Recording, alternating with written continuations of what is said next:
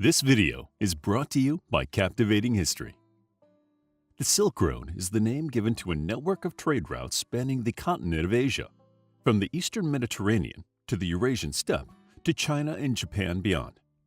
Evoking images of camel caravan convoys and nomadic merchants stopping at desert oasis towns, it's essential to recognize that ideas traveled along the Silk Road as well as goods. As such, the development of this trade network around 2,000 years ago, with its spirit of exchange, had a tremendous impact upon the known world and should be seen as a significant step toward a globalized world. The specific origins of the Silk Road as an entity are difficult to pinpoint. We know that China traded with the West during the Han Dynasty, which ruled China from 206 BC to 220 AD. The Han Emperor Wu sent imperial envoy Zhang Qian to make contact with Central Asian cultures, probably to find allies in the face of threats at home. Zhang's reports from his travels contained valuable information and spoke of the potential benefits for China of improved relations, both for commerce and as a learning experience. This helped in formally establishing a trade network in 130 BC. However, when contemplating the origins of the Silk Road trade network, we can go back further to Persia under Darius I's rule. Darius established links across Mesopotamia and into the Indian subcontinent, even connecting with traders in North Africa. Alexander the Great expanded his dominion over the region using this network, called the Royal Road, and further cemented trading ties. What became known as the Silk Road, usually associated with China, ultimately incorporated and built upon these foundations. For the next 1,400 years, these trade routes enabled a mixing and mingling of cultures and facilitated the widespread exchange of goods. Roughly speaking, this was established as the Chinese Han Dynasty engaged and forged relationships with the nomadic tribes of Central Asia. With their help, trading posts were founded and became integral stopping points in navigating the challenging terrain, particularly around the region of the Bactrian Desert. Merchants and traders would not usually travel large tracts of the route. Instead, they transferred goods from one post to another via convoys.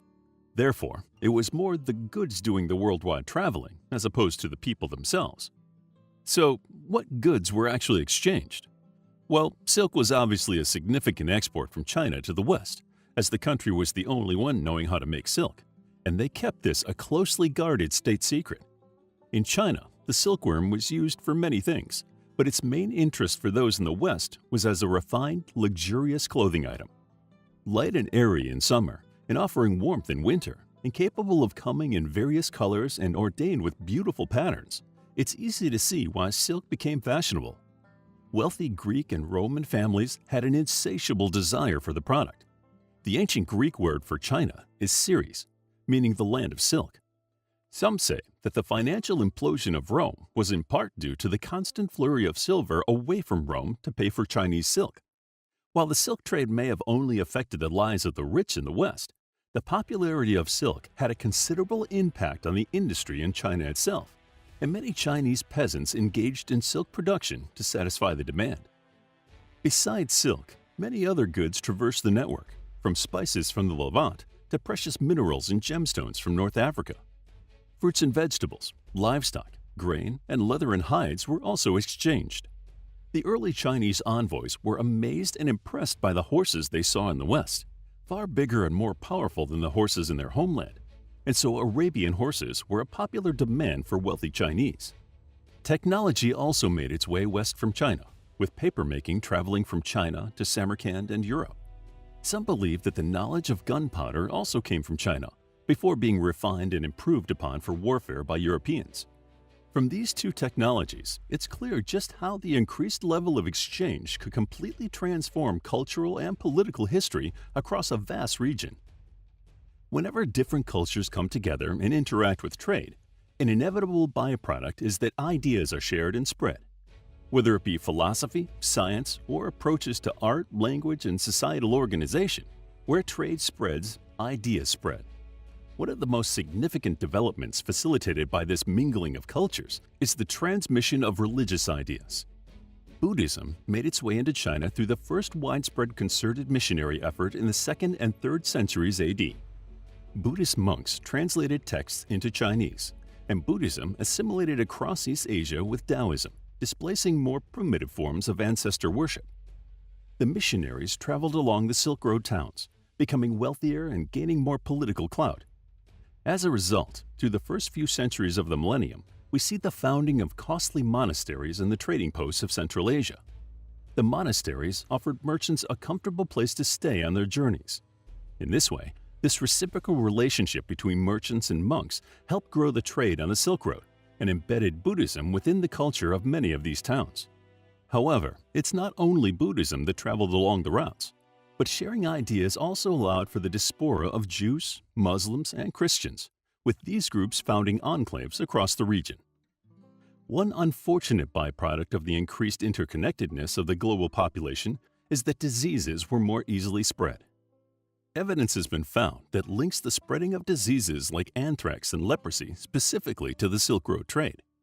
The most infamous example is the Black Death of 1346 that killed as many as half of all Europeans. It is believed this bubonic plague may have had its origins in the Central Asia way stations of the Silk Road, as infected rats traveled unnoticed within the caravans. Before that terrible plague in the 14th century, one Western traveler may have done more than most to inspire the aura of the Silk Road in the popular imagination. Marco Polo was a Venetian merchant who allegedly traveled across Asia and worked at the great court of Kublai Khan at the height of the Mongol Empire.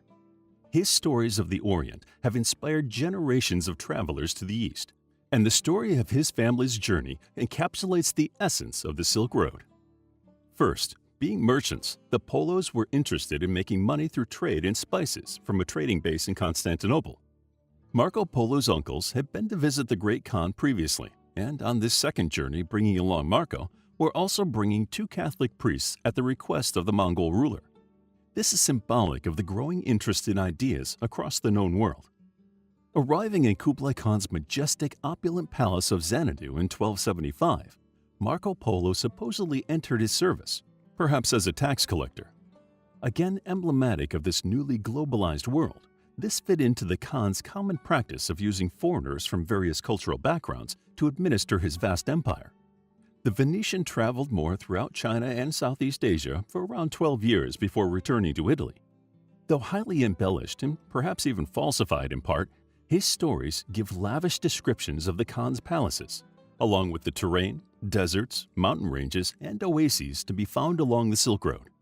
The travels, as the book is known, certainly played a huge part in the romanticization of Silk Road travel. For a long time, we knew little of the specifics of Silk Road travel. The term Silk Road itself was only coined in 1877 by German historian Ferdinand von Richthofen. In 1900, a Taoist monk, completely by chance, stumbled upon a cave near the Chinese town of Dunhuang, finding thousands of ancient manuscripts inside.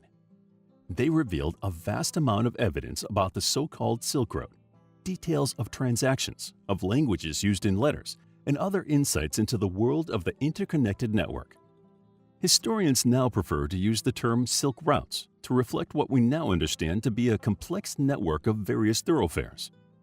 Whatever the specific nature of the trade network across the vast region, the influence can be seen and tracked even to this day. Even looking at the bustling marketplaces of Central Asia, where different cultures still come together to sell their wares, in different dress, with different features representing their background, we see a scene that has not changed much over the centuries' trade.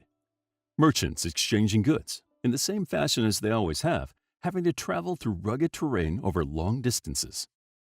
A paved highway, partially connecting Pakistan and the Uyghur Autonomous Region of Xinjiang in China, is all that remains of the original Silk Road. While the United Nations had intended to sponsor a trans-Asian highway and railway in this region, this has not been completed, but it inspired China's Belt and Road Initiative. Such projects as this represent a global infrastructure development strategy under Xi Jinping's rule and are evidence of the concept's appeal. To learn more about the Silk Road, then check out our book, The Silk Road, a captivating guide to the ancient network of trade routes established during the Han Dynasty of China and how it connected the East and West. It's available as an ebook, paperback, and audiobook. Also, grab your free Mythology Bundle ebook for free while still available. All links are in the description. If you enjoyed the video, please hit the like button and subscribe for more videos like this.